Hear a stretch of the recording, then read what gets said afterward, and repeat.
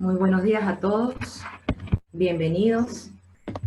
La Universidad Central de Venezuela y su programa de maestría en gestión y políticas culturales, que forma parte del Instituto de Investigaciones de la Comunicación, les dan la más cordial bienvenida a la serie internacional de política pública cultural, respuestas no convencionales a la pandemia del COVID-19, a propósito de los 10 años de este programa de maestría, y qué buena manera de celebrarlos. Cabe destacar que este ciclo de conferencias inicia el día de hoy y culminará el 14 de agosto, con una sorpresa extra que pronto se enterarán, y tendrá como temática central el impacto del COVID-19 asociado a la gestión y a las políticas culturales. El dinamismo de estos nuevos tiempos y de la pandemia nos hace pensar que los modelos de desarrollo cultural y de sus políticas necesitan ser replanteados. También nos muestra que un verdadero espíritu de democracia cultural debe dar forma a los nuevos modelos para que sean inclusivos y sostenibles. Es así como el día de hoy tenemos un invitado muy especial. Ya está con nosotros el doctor Víctor Guedes de Venezuela, reconocido experto internacional en educación, cultura y gerencia. Él abordará el interesante tema liderar, emprender y gerenciar la dimensión cultural de la sostenibilidad.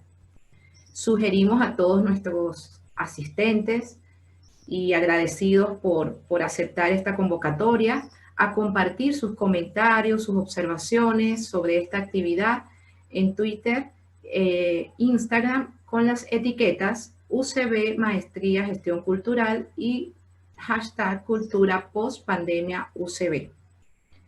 El moderador de este primer día será el profesor Carlos Guzmán Cárdenas, profesor asociado de la UCB y de la UCAP, y por supuesto coordinador de la maestría en gestión y políticas culturales, quien ha hecho posible toda esta actividad para celebrar nuestros 10 años en el programa de la maestría.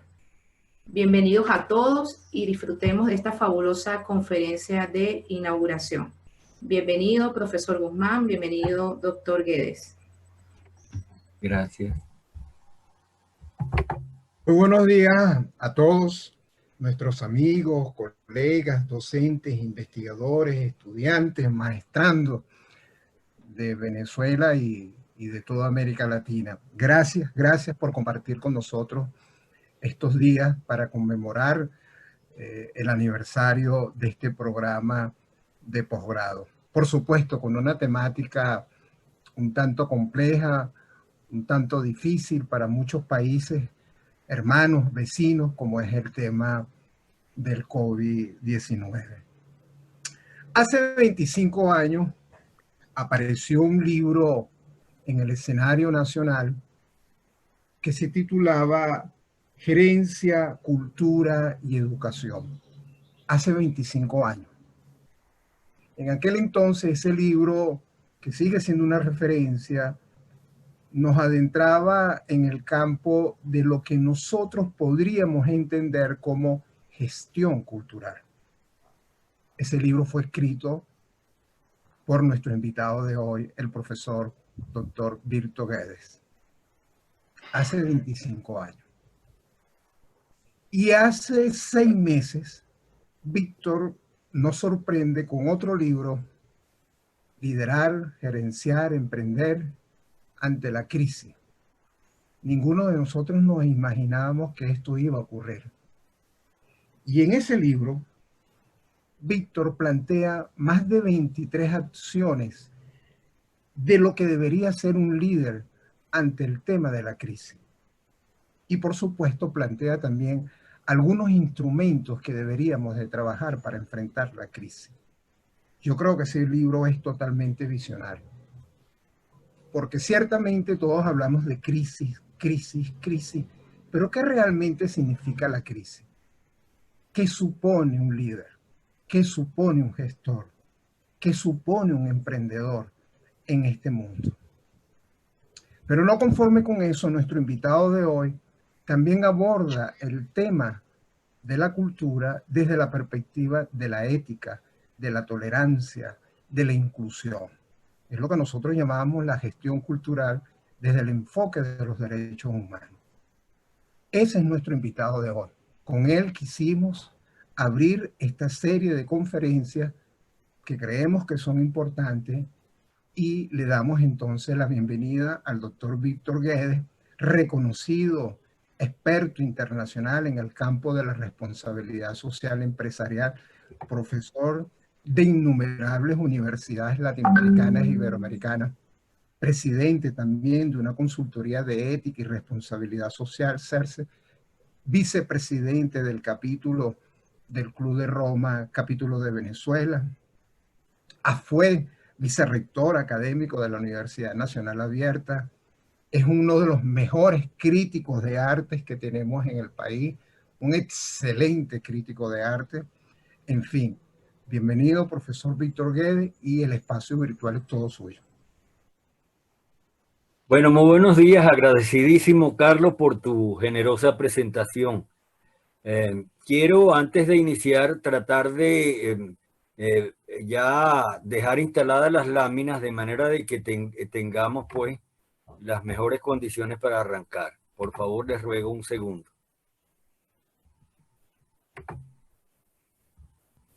¿De acuerdo?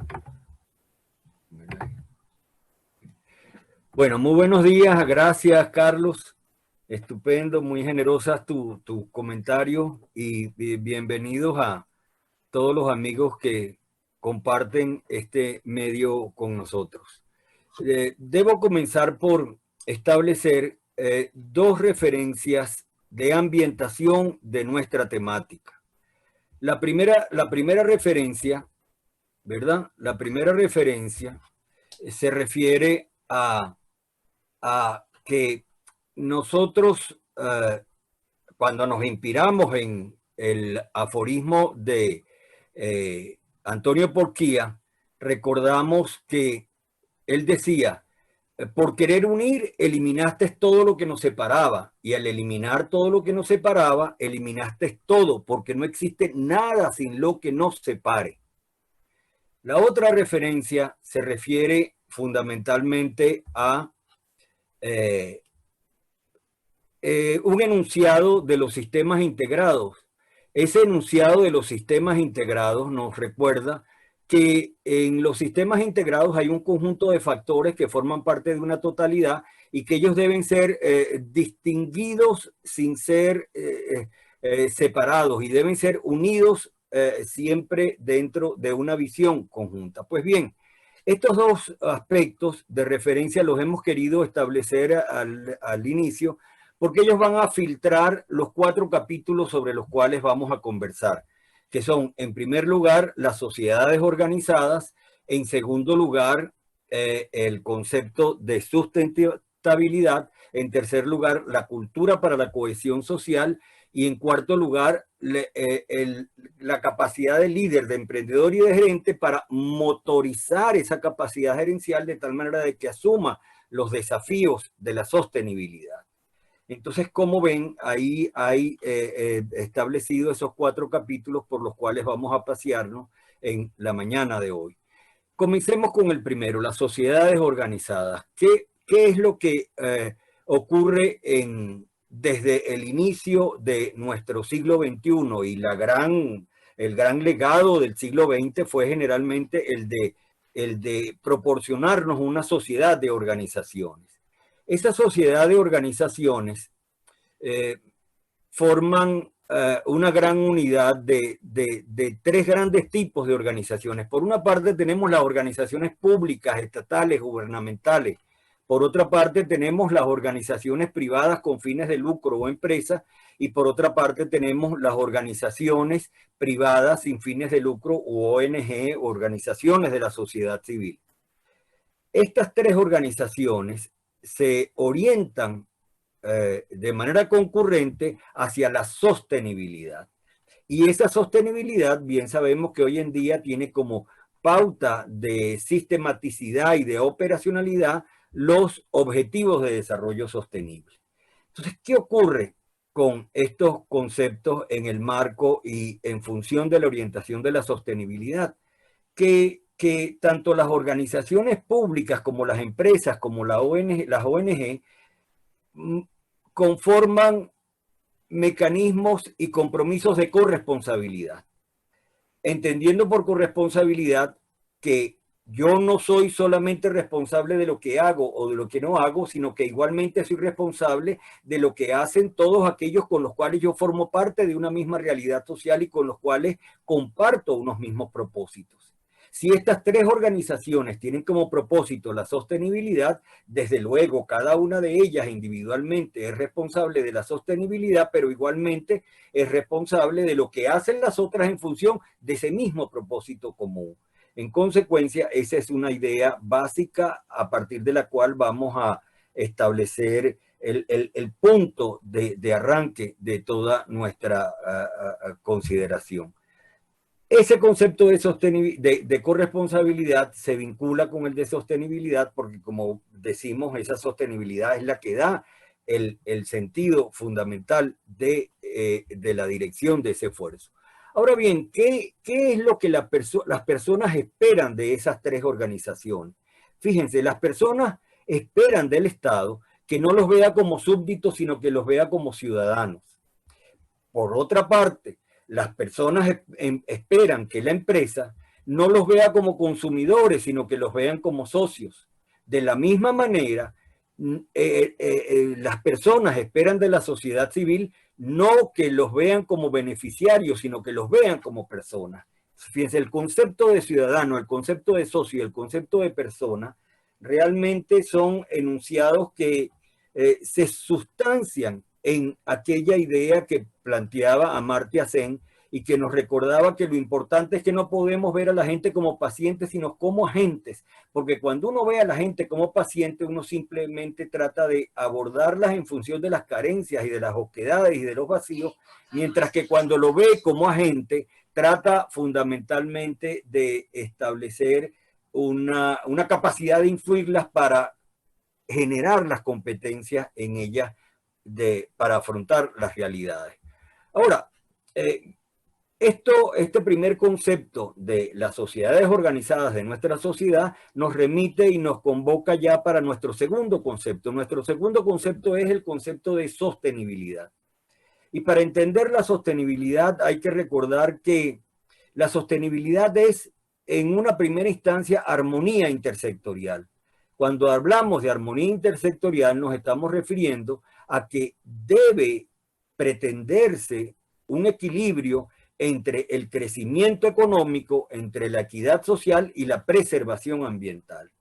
Estos tres aspectos deben armonizarse porque el problema es que cuando tratamos de subrayar uno de ellos, independientemente del énfasis que se ponga en los dos restantes, se va a obtener una caricatura, se va a obtener un desdibujo, se va a obtener una desviación de ellos. Veamos, por ejemplo, qué ocurriría cuando en una sociedad se pone el hincapié exclusivamente en el crecimiento económico, independientemente de los otros dos aspectos, que se fomenta un capitalismo salvaje. Pero algo equivalente ocurre cuando solamente ponemos el énfasis en la equidad social y nos olvidamos del crecimiento económico y la preservación ambiental, con lo cual se obtiene un socialismo retrógrado. Pero algo análogo también sucede cuando el énfasis se pone únicamente en la preservación ambiental y nos olvidamos de lo económico y de lo social, con lo cual hay un ambientalismo primitivo. Y cada uno de estos tres riesgos, ¿verdad?, son caricaturas que a la manera de situaciones ya caricaturizables no admiten realmente ninguna vocación ni despiertan ningún entusiasmo, sino que por el contrario son más los problemas que traen que los beneficios a los cuales convocan. Entonces el concepto, el primer concepto de sostenibilidad tiene que ver con el equilibrio entre estos tres sectores. Pero la sostenibilidad, tal cual como nosotros la vemos, no solamente se agota en la idea de el equilibrio intersectorial, sino que también tiene que ver con la solidaridad intergeneracional, tal como fue planteado en el año 87 en el informe Brundtland presentado ante Naciones Unidas, en el cual se establecía que las generaciones presentes no pueden tomar ninguna decisión sin pensar en las consecuencias que se van a derivar en las generaciones futuras. Y hoy en día el desafío incluso llega a ser mucho mayor. Y se establece de que nosotros como generación no solamente tenemos que pensar en los efectos que se van a proyectar en la generación futura, sino que tenemos ya que prever cómo hacer para que las generaciones futuras piensen en las generaciones subsiguientes. Con lo cual, pues, la redimensión de solidaridad intergeneracional adquiere un alcance muy superlativo. Pero hay una tercera acepción de la sostenibilidad, que es el aseguramiento temporal. Porque cuando hablamos de sostenibilidad también nos estamos refiriendo a que tenemos que asegurar que la capacidad de sostenerse de aquel proyecto tenga una prolongación que vaya más allá de cualquier casuística ocasional y que se pueda garantizar de que ello va a ir más allá de cualquier accidentalidad ocasional. Ahora bien, estos tres aspectos, cuando uno los observa, se da cuenta de que algo falta, realmente algo falta. Hay como una cuarta dimensión que valdría la pena establecerla, y eso uno lo percibe inmediatamente cuando se da cuenta de lo siguiente: los valores económicos por sí mismos no son suficientes para el desarrollo. Por otra parte, los valores sociales no son suficientes exclusivamente para asegurar la equidad. En tercer lugar, los valores políticos por sí mismos no son suficientes para convocar la convivencia. En cuarto lugar, los valores ecológicos de manera exclusiva no son suficientes para asegurar la preservación. Eso quiere decir que hacen falta valores culturales inspirados en la ética que vayan mucho más allá de estos simples valores económicos, sociales, políticos y ecológicos, o al menos que le den inspiración y que le den sentido de dirección. Y es ahí donde planteamos, ¿verdad?, la cuarta dimensión de la cultura. La cuarta dimensión de la cultura quiere decir que al equilibrio económico, a la equidad social y la preservación ambiental hay que añadirle la dimensión cultural. La dimensión cultural, ¿por qué? Porque la sostenibilidad y el desarrollo son, en primer lugar, problemas mentales. La mentalidad del colonizado es mucho peor que la mentalidad del colonizador. Y en consecuencia, cuando hablamos de la dimensión cultural, estamos pensando en que hay que darle un sentido de orientación al esfuerzo de tal manera de que lo económico, lo social y lo ambiental se armonicen en función de ese sentido de dirección que le proporciona la cultura. ¿Cómo podríamos tratar de ver una diferencia entre posibles tipos de cultura? Lawrence Harrison establece más que una desagregación, una bipolaridad en las posibles orientaciones de la cultura. Tenemos por una parte las culturas prósperas y las estáticas. Desde el punto de vista del tiempo, ¿qué ocurre con las culturas prósperas? Que se apoyan fundamentalmente en la idea del mediano y largo plazo. Es decir, ver el pasado y el futuro desde el presente. Es el presente el punto de referencia para evaluar el pasado y para proyectar el futuro. En cambio, las culturas estáticas ven el tiempo como una instancia de cortoplacismo, en el cual el presente está condicionado desde el pasado y está condicionado por las aspiraciones del futuro. Otro factor importante es la idea del trabajo. En las culturas prósperas el trabajo se ve como algo fundamental, como algo esencial, como el impulso hacia la creatividad y el sentido del logro, mientras que en las culturas estáticas hay una acepción del trabajo como simple castigo, como simple carga y como simple mecanismo para sobrevivir. Desde el punto de vista de la producción, del factor tiempo, las culturas prósperas ven la producción como el desafío para la productividad, para el ahorro, para generar la abundancia, para poder solventar los problemas de la sociedad. Mientras las culturas estáticas ven fundamentalmente la producción como un asunto de distribución y como una visión suma cero, es decir, todo lo que se le da a alguien se le quita al otro, y no es así, porque el problema no es una torta, sino el problema son distintas tortas que pueden irse generando como consecuencia del esfuerzo que se sostenga en ese sentido. El otro es la educación. La educación desde el punto de vista de las culturas prósperas se ve como conocimiento, como sabiduría, como creatividad, como innovación, mientras que en las culturas estáticas se ve como una información, una actualización, un simple mejoramiento y una adaptación a las realidades. Desde el punto de vista del mérito, ¿qué ocurre con las culturas prósperas? Que se ve como un logro y una responsabilidad, mientras que en las culturas estáticas se ve como el reconocimiento y como un problema de fama.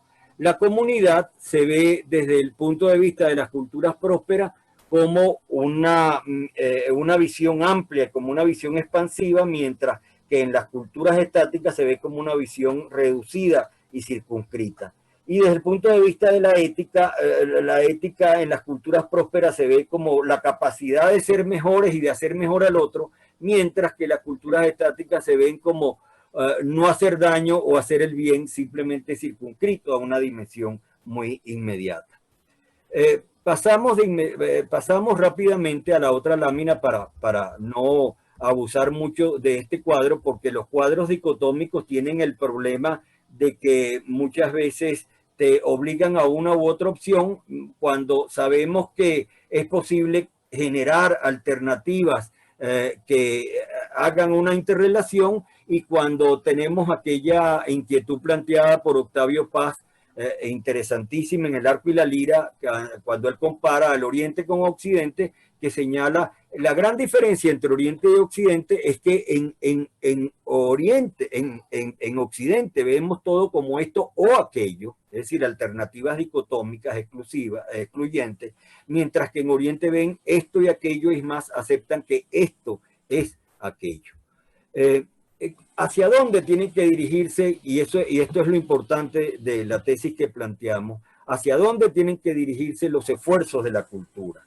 Los esfuerzos de la cultura tienen que dirigirse fundamentalmente hacia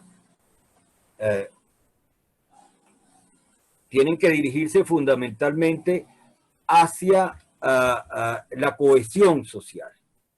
Hacia la cohesión social. Es decir, cuando hablamos de cohesión social estamos fundamentalmente pensando en un hexágono de 6C.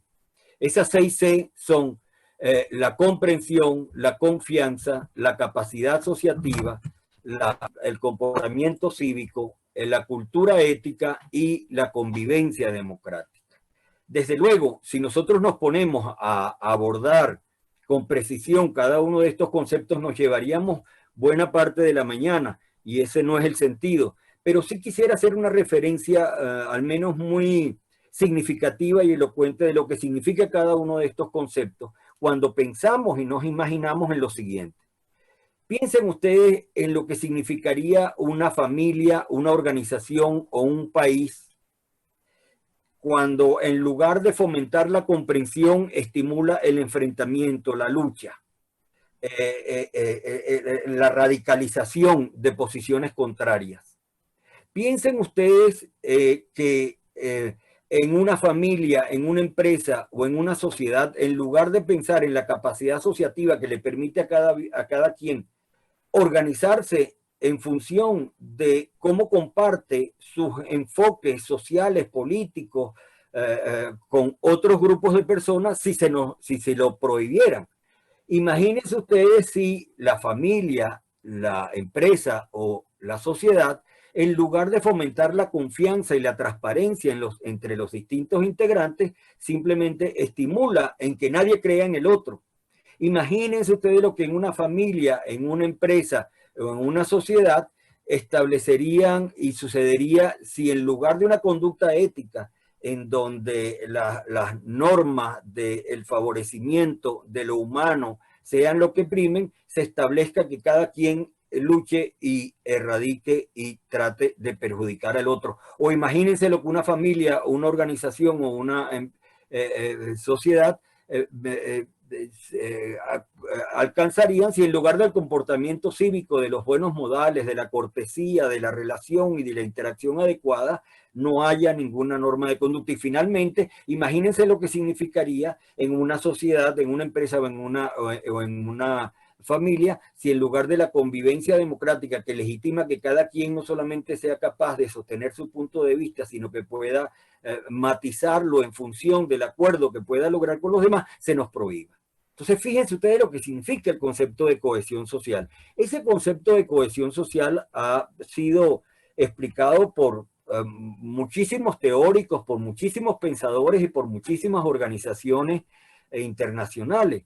Pero simplemente aquí ponemos a manera de referencia una del Consejo Europeo, de la CEPAL y del Banco Interamericano de Desarrollo, en donde no lo voy a leer por razones de tiempo, pero que sí vale la pena insistir en que el Consejo Europeo pone un énfasis en las mediaciones democráticas del concepto de cohesión social, mientras que la CEPAL pone el acento fundamental en lo que significaría los mecanismos de inclusión, y el BID, por su parte, pone énfasis en lo que significa la distribución y el ofrecimiento de oportunidades.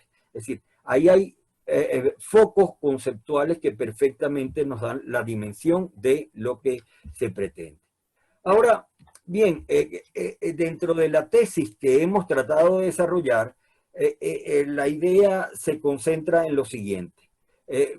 Hay que fomentar la capacidad del líder, la capacidad del emprendedor y la capacidad del gerente para poder favorecer los mecanismos y las competencias y las capacidades de la cultura para favorecer esa cuarta dimensión de la sostenibilidad.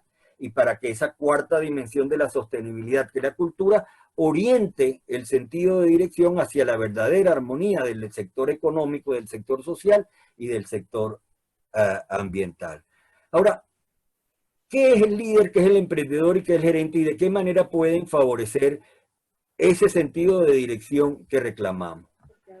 En el libro, tal cual como lo decía Carlos, hay se glosan por lo menos más de 20 maneras de hacerlo. Aquí simplemente vamos a recurrir con una intención más ilustrativa y ocasional, unos 4 o 5 perspectivas para que nos quede claro. Comencemos por el primero. ¿Qué se plantea el líder, qué se plantea el emprendedor y qué se plantea el gerente en el momento de administrar esas dimensiones de la sostenibilidad? Mire, el líder se plantea fundamentalmente el para qué. Cuando alguien se plantea el para qué de algo, está pensando en los propósitos y en la finalidad, es decir, cuál es el hacia dónde. El emprendedor, por su parte, se plantea el por qué y el cuándo. El por qué en términos de cuáles son las razones y los motivos que justifican y que legitiman un esfuerzo, y el cuándo, cuál es el sentido de oportunidad. No olvidemos que un error es una verdad que se equivocó de tiempo o de lugar, y que en consecuencia, cuando asumimos cualquier alternativa, pero no están las condiciones propicias para que se consolide, realmente se fracasa. Y el gerente piensa en el qué hacer y con quién llevar adelante aquello que debemos hacer. Entonces, fíjense, son tres sentidos de dirección completamente distintos, pero vayamos a otro enfoque de distinción. El líder piensa en las estrategias, es decir, aquellos esfuerzos que se sintonizan con la naturaleza de un negocio y que me van a asegurar mi presencia en un determinado espacio sociotemporal. El gerente, por el contrario, piensa en los procesos, en los recursos y en la organización. Es decir, ¿qué tengo yo que hacer y cuáles son los segmentos y los flujos de actividades?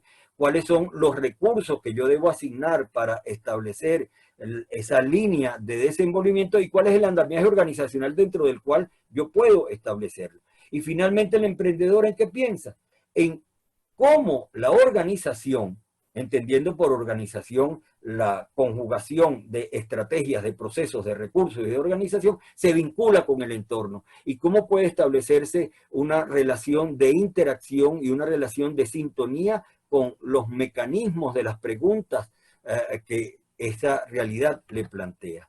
Otro punto de vista interesante para establecer la distinción que proponemos es que el líder se pregunta por cuál es el sentido de proyección, cómo ver más allá de lo que señala el dedo índice cuando apunta hacia el sol. Es decir, el sentido de dirección último, mientras que el emprendedor piensa en el olfato y en la manera de identificar y de aprovechar las oportunidades. ¿Cuáles son las circunstancias que me permiten a mí identificar un mejoramiento de una situación para poder arrancar adelante? Cosa que es muy importante por aquello de Omar Khayyam, que en la vida hay 4 cosas que no retornan y solo 4 cosas. Son la palabra herida, la flor derramada, que lo prendas, que te conectes y que luego me lo des. Y la oportunidad perdida. Maxente. Y la oportunidad perdida. Y finalmente el emprendedor identifica esas oportunidades y el líder es el que, y el gerente es el que aprovecha las circunstancias y el que asegura la continuidad de las operaciones de tal manera de que no haya ninguna desviación. Otro mecanismo de identificación es que el líder piensa en la brújula, el sentido de dirección, mientras que el gerente piensa en el tiempo, en las cronologías, en la segmentación temporal para administrar la energía, y el emprendedor piensa en cómo yo puedo relacionar el tiempo con la brújula para establecer una vinculación. Otra, y ya esta es la última, el gerente ¿en qué piensa? En actuar en el cuadrante de lo táctico. Es decir, aquellas cosas que no son muy importantes, pero que sí son muy urgentes. Y en la medida en que yo actúo ahí, yo soy capaz de asegurar el mantenimiento y el desenvolvimiento de la actividad de una organización. Por el contrario, el emprendedor ¿en qué piensa? Trata fundamentalmente de moverse en aquel cuadrante de lo crítico, es decir, cuando las cosas son muy importantes, pero también son muy urgentes. Este cuadrante es particularmente complejo porque cuando las cosas son muy importantes y son muy urgentes, es decir, son muy críticas, eso quiere decir que difícilmente nosotros podemos tomar decisiones porque son las circunstancias las que deciden por nosotros.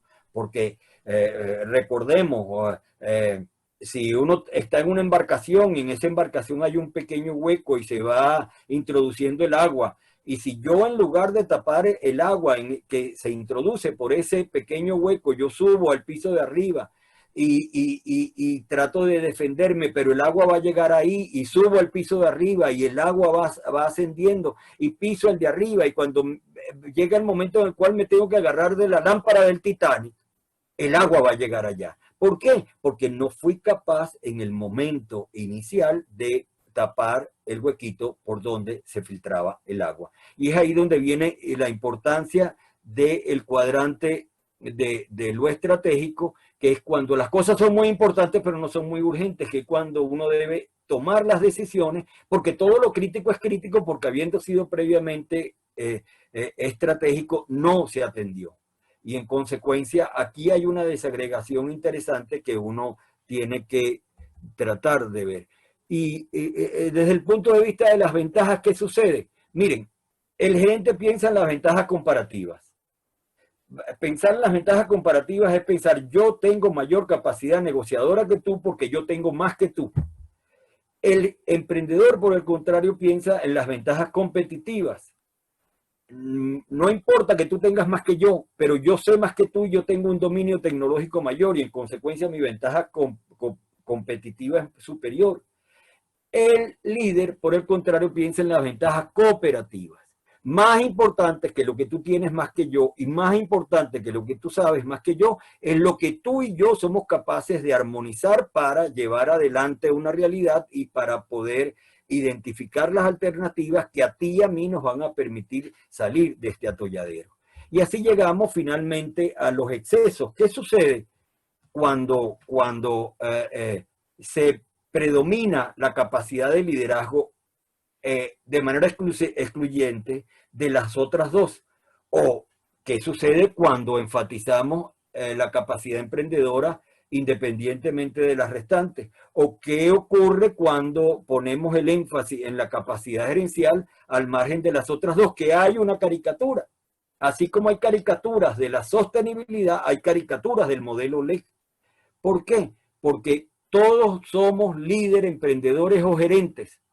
Lo que ocurre es que en alguno de nosotros predomina una parte de esta más que la otra, pero no quiere decir que no existan las otras. Y cuando uno piensa y se transfiere y traslada esta idea a una organización, en la organización es una junta directiva, lo importante es que haya de todos, porque uno puede compensar. Si yo tengo una junta directiva de 20 personas y las 20 piensan igual, 19 sobran. No tendría sentido de que todos sean líderes, todos sean emprendedores o todos sean exclusivamente gerentes, sino que haya la compensación y la complementación. Cuando predomina exclusivamente el carácter del líder, se convierte aquello en una realidad utópica, o cuando simplemente se enfatiza la capacidad emprendedora, hay un sentido oportunista, o cuando simplemente la capacidad gerencial, el sentido pragmático. Y esas caricaturas son las que hay que erradicar, porque lo importante es que seamos capaces de establecer. Finalizo tratando de llegar a una conclusión derivada de este concepto del modelo LEC, que como bien sabemos debe repotenciar la cuarta dimensión de la sostenibilidad para poder promover esa armonía intersectorial y darle un sentido particular y un sentido protagónico a la cultura. Y es que, independientemente de que todos tengamos una capacidad de líder, de emprendedor y de gerente, siempre hay que darle un espacio para que sea la capacidad de liderazgo la que asuma el control ejecutivo de todas nuestras decisiones. Y ahí se nos plantea de inmediato lo que sería el concepto de líder, y con esto queremos resumir y sintetizar y culminar nuestra intervención. El concepto de líder, desde nuestra perspectiva, tiene una conformación a partir de 5 I. Una primera I es la capacidad de influir. El líder es el que tiene la capacidad de influir porque es el que genera disposiciones y vocaciones de fidelidad, de lealtad, de seguimiento en el otro. El que fomenta que el otro me acompañe en el esfuerzo de una misión, de una visión y de unos valores. Pero también el líder tiene que inspirar, porque la idea no es solamente fomentar la lealtad y la fidelidad del otro, sino hacerlo crecer, redimensionarlo desde el punto de vista intelectual, desde el punto de vista técnico, desde el punto de vista espiritual, para que alcance el agigantamiento de su condición humana. Pero también hay una tercera I, que es la I de involucrar. Es decir, cómo la gente es capaz de identificarse con lo que hacen los demás y con lo que hace el líder en términos de un sentido de dirección coherente. Ahora aquí hay que hacer un parado estratégico, retomar oxígeno y pasarle revista a la siguiente, al siguiente riesgo. Los totalitarios, los dictadores, los déspotas, también han sido capaces de influir, de inspirar y de involucrar. Hitler fue capaz de influir, de inspirar y de involucrar. Mussolini fue capaz de influir, de inspirar y de involucrar. Pinochet fue capaz de influir, de inspirar y de involucrar. Y los que tenemos muy cerca, que no vale la pena nombrarlos en este momento, han tenido la capacidad de influir, de inspirar y de involucrar. Pero es que falta una cuarta ahí, que es la que establece la diferenciación clave, y es la interiorización. Cuando yo influyo, inspiro, involucro, pero interiorizo lo peor que hay en el ser humano, soy un déspota. Por el contrario, cuando yo soy capaz de influir, de inspirar y de involucrar y de interiorizar lo mejor que hay en el ser humano, soy un líder. ¿Verdad? Ahí es donde está la gran diferencia. El líder es para construir lo mejor, no para destruir lo que conseguí. Es para fomentar la armonía y no la lucha de clases. Y eso es a donde nos lleva la quinta I, que le da sentido de centro y de foco, ¿verdad? Y de núcleo a esta concepción, en donde el concepto de integridad, que nos recuerda que no hay que engañar a nadie ni engañarse a uno mismo, y que hay que darle un sentido de orientación ética a todo ese esfuerzo.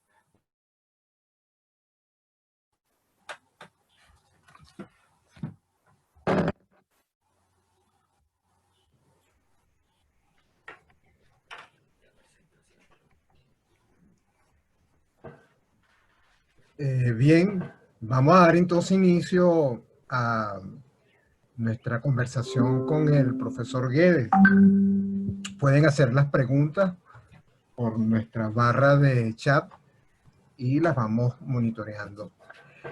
Víctor, en definitiva, has planteado varios temas que me parecen importantes tomar en consideración, sobre todo en este momento del COVID-19.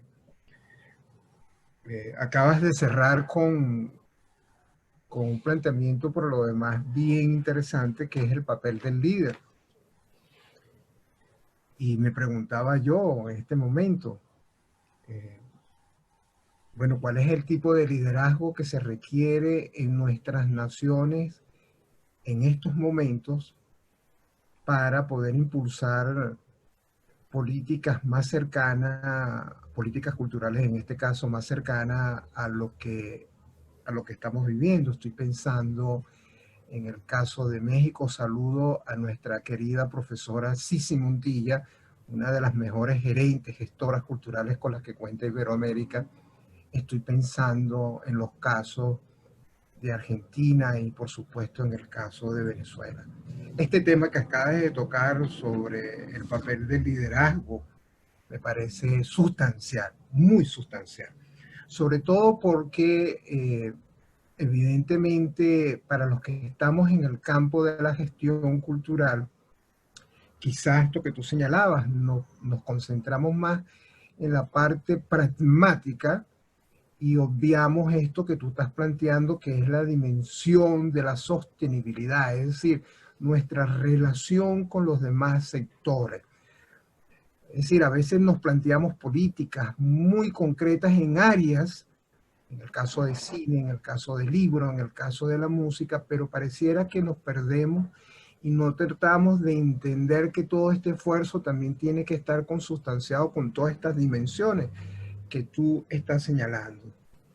La otra parte que me parece importantísima que tú acabaste de tocar es, tengo que revisar el libro otra vez, que es el hexágono de las 6C. Y hay 2C que en lo personal me llama muchísimo, que es el de la convivencia democrática y el de la capacidad asociativa. Volvemos otra vez al mismo planteamiento. Bueno, ¿cuáles son el tipo de políticas culturales que en este momento se estarán implementando o se van a implementar? ¿Qué es lo que van a valorar estas políticas? El comportamiento cívico, la capacidad asociativa, la convivencia democrática. Es decir, por eso nosotros insistíamos en este seminario en que no es una crisis cualquiera. O sea, estamos convencidos que es una crisis que tiene otro tipo de dimensiones, empezando por el elemento más inmediato de que estamos hablando de una crisis que se está cobrando víctimas. Ya por ahí tenemos idea de la dimensión. Y por último, hablabas de los valores inspirados en la ética y nos presentaste una tabla dicotómica, ciertamente, pero no lo tocaste, que era uno de los elementos que me gustó mucho, que era el concepto de autoridad, justicia y ética. Entonces, yo sugeriría, estoy dando esto como inicio para entablar una conversación, pero aquí nos están preguntando ya, y te voy pasando algunas preguntas, cómo revertir desde lo cultural y lo educativo el tema de la convivencia democrática. Bueno, esto es impresionante, todo el mundo felicitándote, eso era de esperarse, no me voy a detener, pero sí nos están preguntando, bueno, en el caso de sociedades polarizadas, ¿cómo enfrentamos el tema de la pandemia y cuál es el tipo de liderazgo que se reclama en este momento?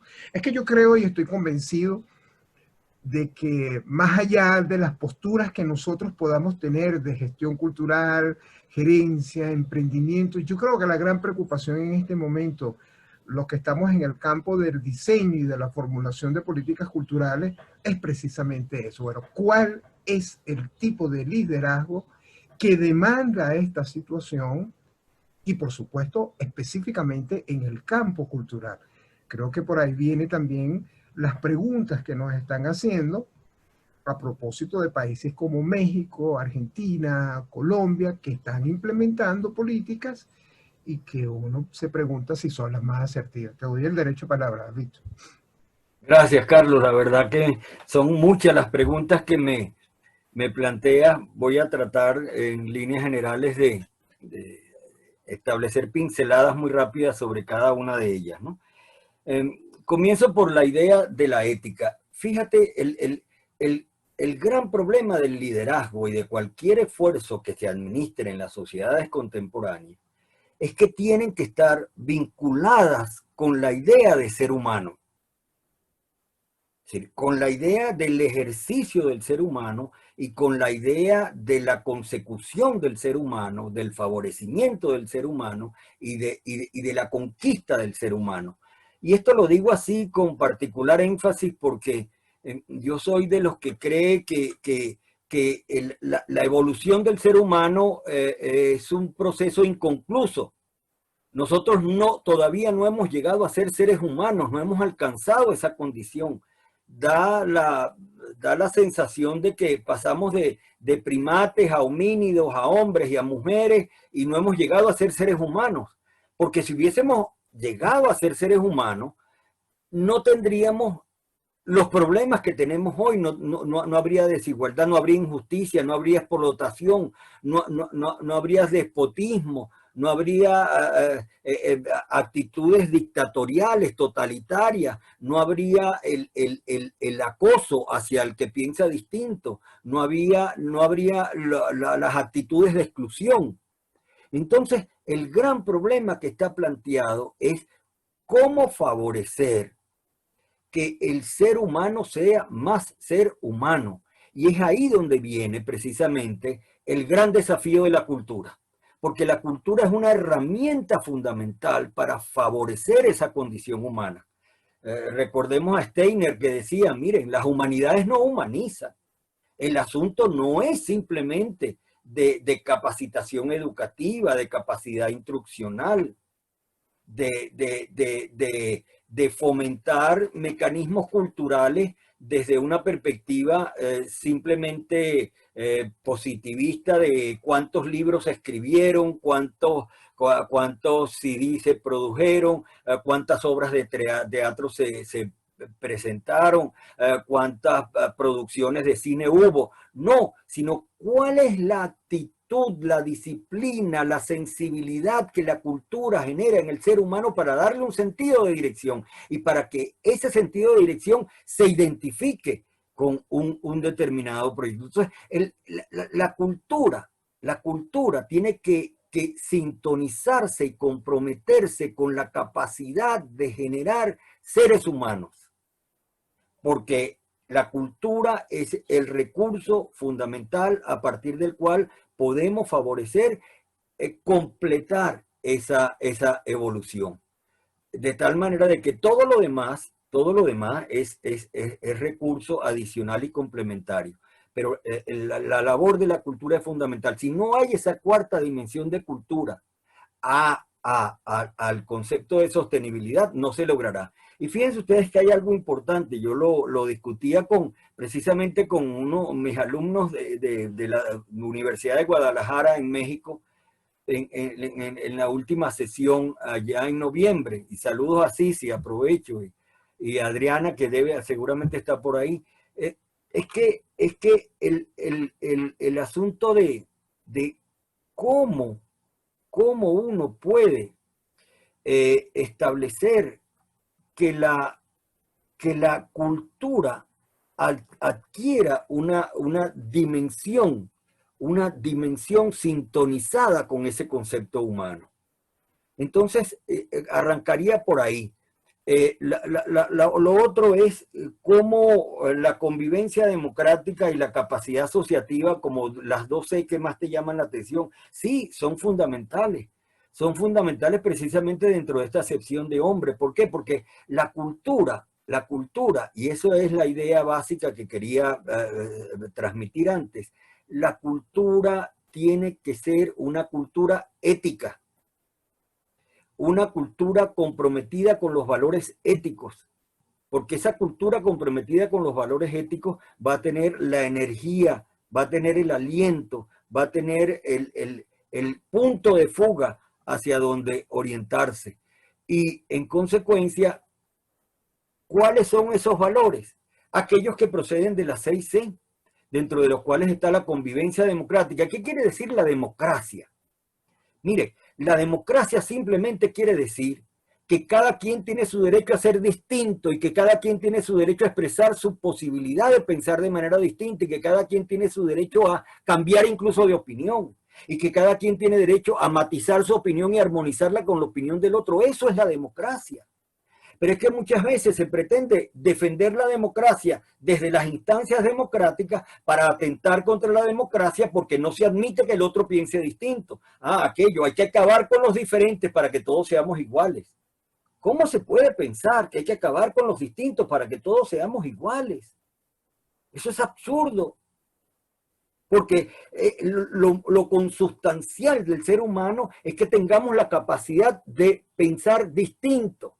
Estanislao Zuleta tenía una imagen maravillosa. Él decía, si todos los derechos humanos, absolutamente todos los derechos humanos, los metemos en un trapiche, y en ese trapiche establecemos un extracto, una gota que sintetice la sumatoria de todos los derechos humanos, ¿cuál sería esa gota que sintetiza y que expresa la sustancia primigenia de los derechos humanos? Es el derecho de cada quien a ser distinto.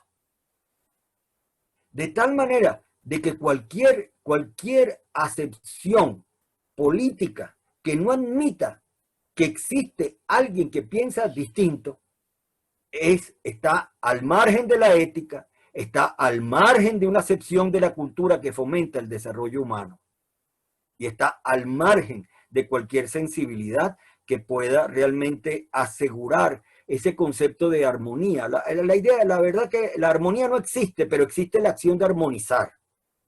La acción de armonizar, el esfuerzo constante que aunque no se logre nunca la armonía, tiene que pautar la conducta y el esfuerzo del ser humano para tratar de favorecerlo.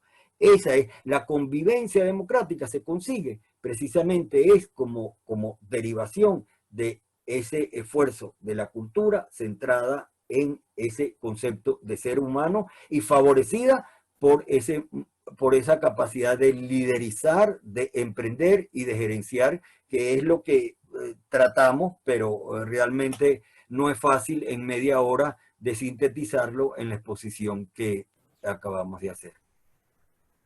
Víctor, muchísimas gracias. Bueno, yo estoy inundado de preguntas y te confieso que nunca he tenido esa capacidad de poderlas llevar todas al mismo tiempo. Aquí tengo a nuestra querida profesora Ocarina Castillo. Gracias, Ocarina, gracias de verdad por estar con nosotros. Para nuestros amigos latinoamericanos, Ocarina Castillo es miembro de la Academia Nacional de Historia, excelente gastrónoma, tiene una cátedra hermosísima de antropología de los sabores y, en fin, fue directora de cultura de la Universidad Central de Venezuela. Ella te pregunta aquí muy concreto, ¿cómo sería ese liderazgo cultural en tiempos marcados por el escepticismo y la desconfianza política y el desgastamiento y la inercia? Wow, tremenda pregunta. Bueno, el tema del liderazgo. Saludos también a nuestra querida profesora Roselena Rodríguez, que la estoy viendo desde República Dominicana. Roselena se encargó de iniciar todo un proceso de formación, de gestión cultural desde las escuelas públicas básicas, es decir, un poco en esa línea de que los jóvenes entendieran de qué se trataba todo el tema de la gestión cultural. Felicitaciones de verdad y mi mayor respeto. Por aquí tengo a la profesora Isa Cisnero también. ¿Cómo convencer a las organizaciones públicas, privadas, ONG, que la cultura y las artes juegan un papel esencial en las decisiones políticas, las iniciativas económicas y las reformas sociales. Ahí tienes dos buenas preguntas, Víctor. Uy, bueno, ante todo saludos a Ocarina, a Rosa y a mi amiga Isa Cisnero. En fin, mire, el problema es que no nos queda otra que insistir, porque el primer paso para uno favorecer y para uno despejar el camino en el esfuerzo orientado hacia la consecución de una cultura de esa naturaleza es que nos reconciliemos. En sociedades polarizadas, en sociedades donde hay una tensión dicotómica y absolutamente excluyente, es muy difícil. Yo he planteado en varias oportunidades, y quizás este sea un espacio interesante para reiterarlo, de que la única salvación a la cual uno puede aspirar está sintetizada en 4 R's. La primera R es la R de la reconciliación. La segunda R es la R de la reinstitucionalización. La tercera R es la R de la recuperación económica. Y la cuarta R es la R de la reorientación de los valores culturales y éticos. ¿Y qué significa eso? Miren, la reconciliación, porque no hay manera que en una sociedad en donde no se acepte que el otro piense distinto, podamos establecer líneas de avance. Ahora, el gran problema con la reconciliación es que la reconciliación no puede lograrse de abajo hacia arriba, sino que solo se asegura de arriba hacia abajo. Es decir, que uno tiene que estar en la conducción de un país para favorecer una política de reconciliación, porque desde abajo proclamar la reconciliación, si los de arriba no creen en ella, es absolutamente imposible. Si los de arriba creen en la lucha de clases, y la lucha de clases es un proceso de enfrentamiento, de exclusión, porque no hay nada más excluyente que los procesos de lucha de clases. Y entonces, ¿qué hay que hacer? Miren, insistir, reiterar el esfuerzo. En algunas oportunidades he recurrido, y aquí hay que subrayarlo, en convertir la esperanza en esperanza activa. Aquello que planteaba Erich Fromm. Erich Fromm en La Revolución de la Esperanza decía, hay una gran diferencia entre la esperanza pasiva y la esperanza activa. La esperanza pasiva es esperar. Toda espera es desesperanza y toda desesperanza es una profecía que se cumple a sí misma. En cambio, la esperanza activa es convertir en estado de gestación y en esfuerzo concreto aquello a lo cual yo aspiro. Es decir, esa es la única manera. Es la única manera. Es decir, favorecer esa idea de la esperanza activa. También, y en el último libro lo planteo al comienzo del último capítulo, hay un instrumento que he venido manejando y tratando de esclarecer. Hago un dibujo verbal, porque no lo podemos mostrar, pero que nos señala lo siguiente, el siguiente instrumento para ayudarnos a ver qué es lo que podemos hacer. Y ahí yo pienso primero en 2 coordenadas, 2 ejes que conforman una coordenada. El eje horizontal va desde el extremo del pesimismo propio de la inteligencia hasta el otro extremo del optimismo propio de la voluntad. ¿Qué quiere decir eso? Que nosotros realmente, en el marco de una realidad tan dramática y tan severa como la que estamos viviendo, ¿verdad? No podemos analizarla con recursos técnicos sin ser pesimistas, porque las variables y el análisis de los distintos factores que conforman la realidad te conducen al pesimismo, ¿verdad? Pero que nosotros no podemos quedarnos en ese pesimismo, sino que tenemos que compensarlo con el otro extremo, que es el optimismo propio de la voluntad, porque si la inteligencia me dice que el análisis inteligente nos lleva al pesimismo, el compromiso voluntario nos debe llevar hacia el optimismo, para establecer un equilibrio O en último caso, si no somos capaces y no tenemos las fuerzas suficientes de asumir y de ejercer la voluntad en favor del optimismo, al menos que pensemos el pesimismo en los términos de Saramago, que decía: el mundo no lo van a arreglar los optimistas porque los optimistas creen que todo se va a arreglar por su propio esfuerzo.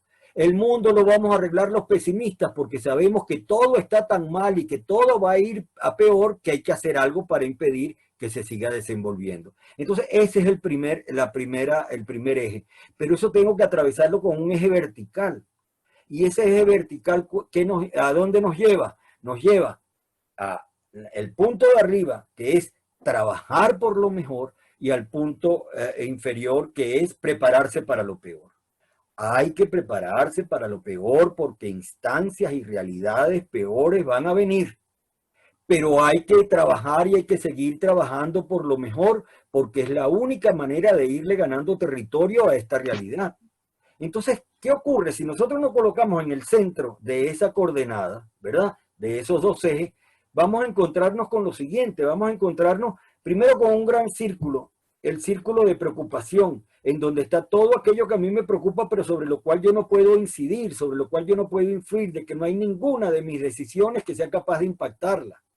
Entonces yo no puedo quedarme en ese círculo de preocupación, porque quedarme en el círculo de preocupación es quedarme en el círculo de angustia, de frustración. Pero dentro del círculo de preocupación hay un círculo de ocupación. Y en ese círculo de ocupación es donde yo puedo actuar, es decir, ahí está todo lo que a mí me preocupa, pero que depende directamente de mí. ¿Qué puedo yo hacer individualmente para favorecer que eso ocurra? Para favorecer los mejores desenlaces. De tal manera que cuando yo me concentro en el círculo de ocupación, cuando yo me concentro en ese círculo de ocupación, voy ganándole terreno al círculo de preocupación. Por el contrario, cuando me concentro en el círculo de preocupación, voy reduciendo el terreno de mi círculo de ocupación. Ana Sofía tiene hay algo que se, hay una interferencia auditiva. Entonces, insisto, hay que insistir en el círculo de ocupación para irle ganando territorio al círculo de preocupación. Y solamente cuando yo soy capaz de hacerlo, voy conquistando el alvéolo, la celdilla, en donde se conjuga el optimismo propio de la voluntad y el trabajar por lo mejor. Ahí es donde tenemos que trabajar. Esto quizás, si queremos verlo metafóricamente, podríamos asumirlo con la imagen aquella maravillosa de Ítalo Calvino al final de Las ciudades invisibles, que él decía, el infierno entre los seres humanos no es algo que vendrá, sino es algo que ya existe. Y hay solamente dos maneras de protegernos del infierno. Una es incorporándonos a aquellos que ejercen y a aquellos que forman parte del infierno, para asumir la perversidad propia de su naturaleza. Pero hay otra forma más difícil y más compleja, que es la de ver e identificar aquellos pequeños oasis que, aunque están dentro del infierno, no son infierno, y tratar, por muy pequeños que sean, de ir ensanchando, de ir ampliando, de ir generando una fuerza centrífuga que permita ir extendiendo ese territorio para ir ganándole territorio a ese infierno. Entonces, metafóricamente, ahí está la idea que quiero transmitir. Cada quien tiene la capacidad de poder favorecer ese esfuerzo, y en la medida en que haya esas conquistas, aunque sean pequeñas, dentro del marco de este infierno, para generar espacios que no lo sean, podríamos ir asumiendo la responsabilidad y la única capacidad que tenemos en este momento. Vendrá otra circunstancia en la cual ya desde arriba se podrán establecer y se podrán imponer, perdónenme el término, se podrán favorecer y generar la sensibilidad y el compromiso correspondiente para establecer la reconciliación que es necesaria para despejar el camino en favor de este propósito. Bueno, Víctor, imagínate el compromiso que nos estás estableciendo. muy inspiradora. Saludos a la profesora Melín Nava, profesora de la Facultad de Arquitectura y Urbanismo de la Central, fue directora de Cultura de la Gobernación del Estado Miranda. Saludos a la profesora Olga Durán, quien también fue directora de Cultura de nuestra Universidad Central de Venezuela. En fin, yo estoy súper emocionado al ver gente que tenía tiempo que no teníamos contactos con ellos, Víctor. Víctor, a propósito, y con esto vamos a ir concluyendo, aquí hay una pregunta que la profesora Gisela Goyo te está haciendo muy específico. Y creo que con esta pregunta podemos cerrar este maravilloso seminario, conferencias que hemos tenido contigo, porque evidentemente creo que todos nos damos cuenta, podemos estar aquí horas hablando contigo. Te pregunta ella, ¿cree que la academia, supongo que está hablando de la universidad también, tiene un rol crucial en este momento para equilibrar ese liderazgo ético y lograr influir integralmente para favorecer políticas culturales que favorezcan la sociedad? Creo que la pregunta va definitivamente hacia el rol que nos toca en este momento a las universidades en la construcción de ese liderazgo ético, ¿no? Para nuestros amigos de Latinoamérica es evidente que todos están al tanto de la situación por la que están pasando en nuestras universidades autónomas y principalmente, por supuesto, el caso de la UCB, aunque yo me anoto con la perspectiva de la que tú señalabas del OASI, ¿no? De esas pequeñas islas que tenemos que seguir trabajando sin descansar, y es el caso, por ejemplo, de este programa de maestría. Víctor, esa pregunta que te hacen a propósito de la academia. No, estupendo. Saludos, Gisela. Fíjense, yo diría que la academia tiene una gran responsabilidad, pero la responsabilidad no es exclusivamente de la academia. Es una responsabilidad distribuida de todas las organizaciones que forman parte de la sociedad. Por eso quisimos arrancar con nuestro primer enunciado recordando la idea de corresponsabilidad. Cada quien es responsable de lo que hace y de lo que no hace. Cada quien es responsable de los efectos que se derivan de lo que hace y de lo que no hace. Pero igualmente cada quien es responsable de lo que hacen y no hacen y de los efectos de lo que hacen y de lo que no hacen, de todos aquellos con los cuales yo comparto una misma realidad social y con los cuales yo me asocio y me inscribo en una misma dirección. Todos tenemos que estar comprometidos con la idea de sostenibilidad. Y la idea de sostenibilidad se favorece es con la dimensión cultural. Y la dimensión cultural se establece en función del compromiso con lo humano. Y el compromiso con lo humano encuentra su apoyo en la ética. Por ahí va. Ahora, lo que pasa es que las distintas entidades tienen perfiles que le permiten administrar su esfuerzo de una manera distinta. Y es ahí donde viene la academia. La academia tiene, a diferencia de otras organizaciones, tiene la posibilidad de trabajar en favor de la educación. Y trabajar en favor de la educación es fundamentalmente generar un esfuerzo de liderazgo, de capacidad emprendedora y de capacidad gerencial en los demás. Solo desde la academia uno está en capacidad de asegurar, establecer esos esfuerzos. Yo recuerdo Albert Camus tenía una imagen maravillosa que me refresca mucho el sentido de liderazgo, que él decía, no vayas delante de mí porque a lo mejor yo no te sigo. No vayas detrás de mí porque a lo mejor yo no te oriento. Vamos juntos. Vamos juntos. Entonces, la gran capacidad que tiene quienes trabajamos en la academia es favorecer que nuestros muchachos y nuestros socios de aprendizaje sean personas que con ellos conformemos ese mecanismo de lucha y de tránsito. Y la mejor idea no es tratar de convertirse en el gran modelo, el modelo que todo el mundo van a replicar. No, lo que tenemos que hacer cada uno es el testimonio, que cada quien asuma la capacidad testimonial de hacer aquello en lo que cree, no con la aspiración de que los demás repliquen lo que yo hago, sino con la capacidad de que los demás puedan compartirlo y que todos en comunión lo hagamos. ¿Recuerdan aquella maravillosa imagen de Pablo Freire? Nadie enseña al otro y nadie aprende del otro, sino que aprendemos en comunión. Eso es una maravilla que nos da la academia. Y eso es la cultura. La cultura es la capacidad no de escribir libros, no de presentar obras de teatro, es la disposición de espíritu.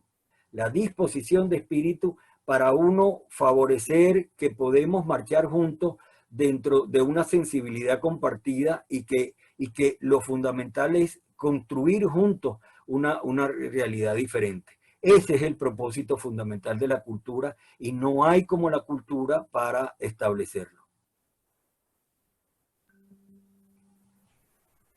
Bueno, Víctor, de verdad inmensamente agradecido en nombre de todo el Comité de la Maestría de Gestión y Políticas Culturales de nuestra Universidad Central. Les digo a nuestros amigos latinoamericanos, el próximo año nuestra universidad va a arribar a sus 300 años de existencia. Víctor es egresado de nuestra UCB. Tenemos por aquí a la profesora Aura Marina Boadas, que fue también diseñadora y fundadora de nuestro programa de maestría que se inició en el año 2010. En fin, inmensamente agradecido contigo. Yo no sé si tú me autorizas, te lo pregunto aquí públicamente, para que nosotros coloquemos tus láminas en las páginas. No, perfecto. Ok, claro. Entonces lo vamos a colocar. Lo único que bueno, la que yo te la envié, ¿verdad? Sí, claro, claro. Bueno, yo te la envié. Bueno, esa que te envié puedes distribuirla, no hay problema. Ok. No hay problema. Okay, incluso esa que te envié está más completa que esta que vimos, que aquí hay dos láminas claves que están en la que te mandé, que ahí lo van a ver con más claridad. Sí. Entonces, bueno, a todos, mil gracias por compartir con nosotros y entonces le doy el pase a la profesora Rocío. Carlos, perdóname, no quiero cerrar sin un reconocimiento público a ti, a tu equipo, porque la verdad que este evento que han sido capaces de armar y de convocar es asombroso. Yo me quedo con realmente una admiración enorme. Ojalá que pueda asistir a todas las sesiones porque cada una es más interesante que la otra. De aquí adelante, este lamero ahora viene creciendo, así que bueno, ojalá podamos todos participar de ella. Felicitaciones y a tu equipo. El próximo miércoles vamos a contar en la misma hora con nuestra profesora Ana Carla Fonseca desde Brasil. Y siguiendo en tu misma línea, Víctor, ella va a tratar de inspirarnos a entender esto que se llama territorios creativos, ciudades creativas, todo lo que es la dinámica en este momento que demanda desde una visión propositiva. Ahí tendremos de moderadora a nuestra profesora y también de la maestría, a Claudia Furiati. Bueno, feliz día a todos y ahora los dejo entonces con la profesora Rocío Azuaje. Bueno, de verdad, muy contentos por este primer día tan maravilloso, doctor Guedes. Usted sabe que lo aprecio mucho. Bueno, soy de la Casa de Estudio de la UNA y bueno, realmente como gestores culturales tenemos un gran reto. Tenemos ese gran reto de entrar en ese círculo de ocupación y de poder incorporar esa dimensión cultural para que podamos ser impulsores de cambio, agentes de cambio.